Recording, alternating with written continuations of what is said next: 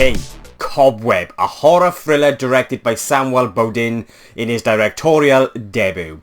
We follow an 8-year-old boy who tries to investigate the mysterious knocking sounds that are coming from inside the walls of his bedroom, unveiling a dark secret that his sinister parents have kept hidden from him. Just a heads up, there are going to be mild spoilers within this review that in regards to sort of how the story kind of progresses and certain twists here and there. Very, very mild spoilers, so just a warning there. So first of all, I'd like to talk about the performances from Lizzy, Caplan and Antony Starr as the parents of this 8-year-old little boy, Peter.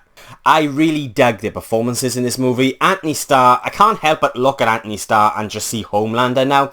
But what he does with this role, the both of them, I found their performances to be very mesmerising. There's something very kind of unearthly and otherworldly about their performances. That there's this sort of, they really kind of convey this detachment they have from reality. And yeah, I just really like how the characters were written and how they brought these characters to life. And with Lizzy Caplan's character in particular, the mother, you kind of see her character transition from the beginning to the end, and just sort of, she goes from being this quite a cookie character to sort of all outright bonkers, and just the way in which she brought the character to life has this kind of very 50s B-movie horror vibe about it that I just found really mesmerising to watch. And it's their performances really, for me, that kind of really add or elevate this sort of fairy tale, otherworldly, ghostly vibe that this movie has throughout, with its atmosphere and just the look through the cinematography. I just really dug the overall look, the vibe, the atmosphere throughout this movie. I think they did a really good job at capturing that Halloween autumn sort of feeling with these kind of, like, you know, also this kind of ghostly and earthly vibe about the film as well. And it's all done through the cinematography, the lighting, the shadows. I loved the use of lighting and shadows in this movie. There are some scenes, especially during the third act, where they use lighting and it's just so effective and impactful. It adds to the creepiness and the chills, because there are moments in this movie that gave me chills, and it's all through the way in which this film is shot. There are some really beautiful, nicely situated shots and certain angles that it just helps really immerses you into the moment, into this movie. It feels like Halloween, it feels ghostly, it feels unearthly, and yeah, I just really like the overall feeling of the film. So the movie explores these kind of very sensitive, deep, dark themes of child abuse, loneliness and bullying. And at first, I'd say the first 30 minutes, 45 minutes, and this is where I'm going to go into sort of mild spoilers, but for those first kind of 30, 45 minutes, you sort of think you're watching a certain type of film, and it's the way in which they bring this story to life and how the story sort of plays out to begin with. And it is exploring these real kind of dark, real world sort of themes like child abuse. And you think you're watching a certain type of movie, and I'm just going to mention Babadook as an example here. But then the film, remaining with these themes, just takes a complete U-turn. It sort of completely goes into a different direction, and it turns into a good old classic Halloween monster movie. And I really fucking liked it. Like, I really had a fun, enjoyable time with it, and it kind of, for the most part, hits the right notes in terms of creepiness and just being scary, maybe.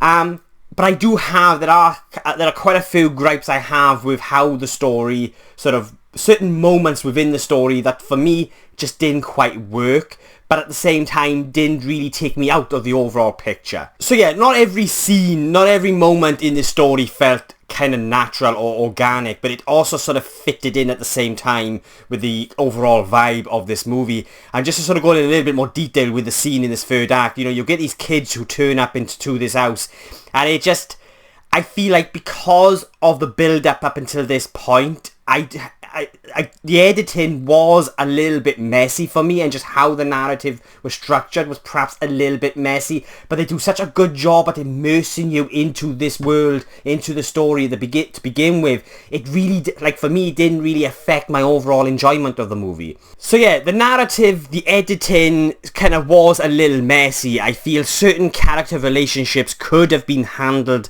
maybe a little bit better. It's somewhat a very bumpy ride. Like we sort of, at times I felt like we were skipping ahead, and I felt we were sort of missing the meat of when it comes to certain relationships and certain sort of character development.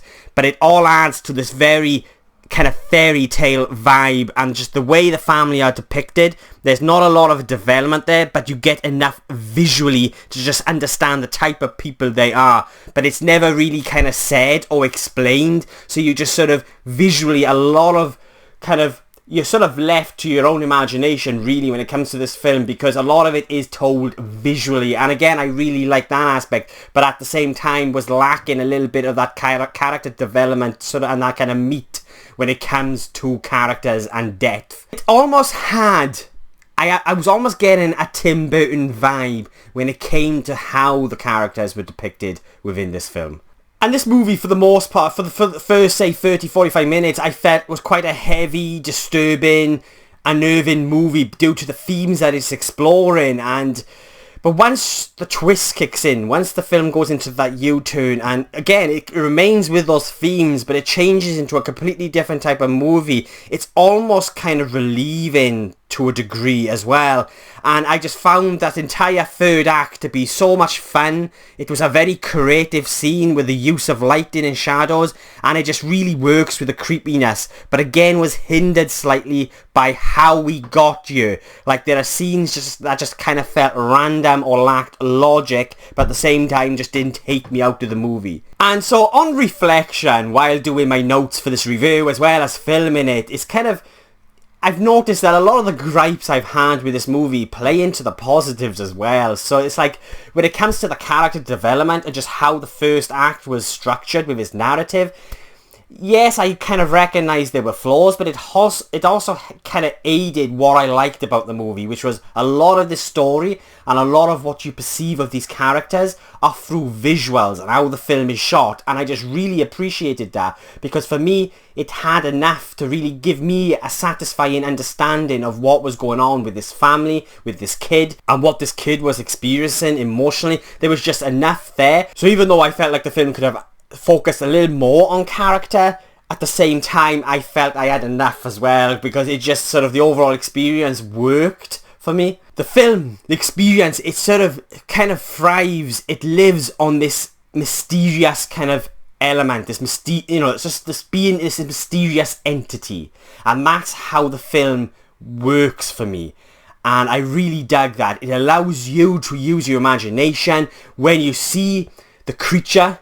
That's all I'm going to say about it, but when you see the creature, you're very limited to what you do see, and again, it was giving me these alien vibes. There are a lot of nods to other classic horror films in this movie. Some of them perhaps are not too obvious, but there are others, like I was even picking up Jurassic Park at one moment. I'm not sure if that was just me, but let me know. But I know the beginning of Jurassic Park with a velociraptor dragging that fucking man up and down as a kid terrified the life out of me, so I don't care what anyone says, Jurassic Park is a horror, and I believe there was a moment in this film that was a nod to that scene. Maybe I'm wrong, but there. But yeah, just going back to the creature, just the way in which, the reveal, how that reveal happens, and just how that entire scene in the house plays out, it's so creepy. It gave me chills. There's some really nice shots, again, with the use of lighting and shadows, giving it that almost like a 50s B-movie vibe as well. And, that's elevated by the performances from the cast. And I just love that we got glimpses of this creature. Going back to Alien,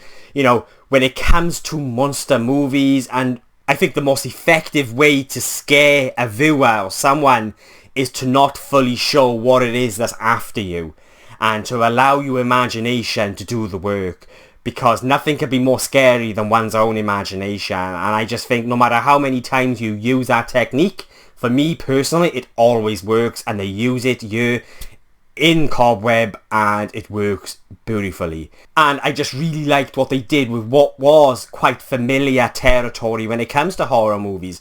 Like, there are a couple of moments in this film that you've seen a million times before in other horror movies, but due to the way I felt the film was crafted and just the way the story played out and through the performances, it just felt different still. So yeah, Cobweb, I really liked it. You've got this kind of real dark fairy tale kind of horror movie that explores these dark real world themes, but at the same, and it explores familiar territory, but at the same time, just for me anyway, felt different and new.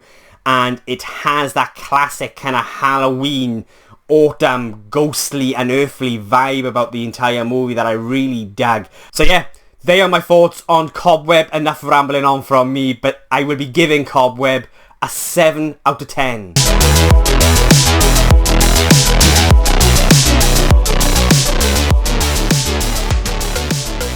So yeah, there are my thoughts on Cobweb. I'm a little bit late seeing it. I should have seen it now. It was at an advanced screening, so I'm very late with this review, and so apologies for those that have been waiting for it.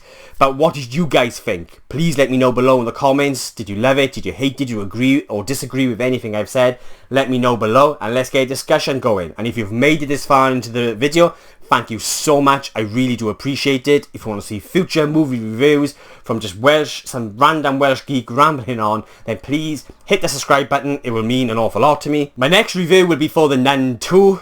I'm sort of looking forward to checking it out. I didn't mind the first movie. It's been a while since I've seen it, but I remember watching it in the cinema and actually coming out thinking, oh, that was a little bit better than I was expecting it to be. Like, not the greatest thing ever, but so I'm liking the trailers for The Nun 2. So yeah, my next review will be for The Nun 2. I look forward to bringing you my thoughts on that. Actually, I lied because Ahsoka Episode 4 was released today, so I will have a review up for that also. So yeah, thank you for watching, and I'll be catching you guys soon.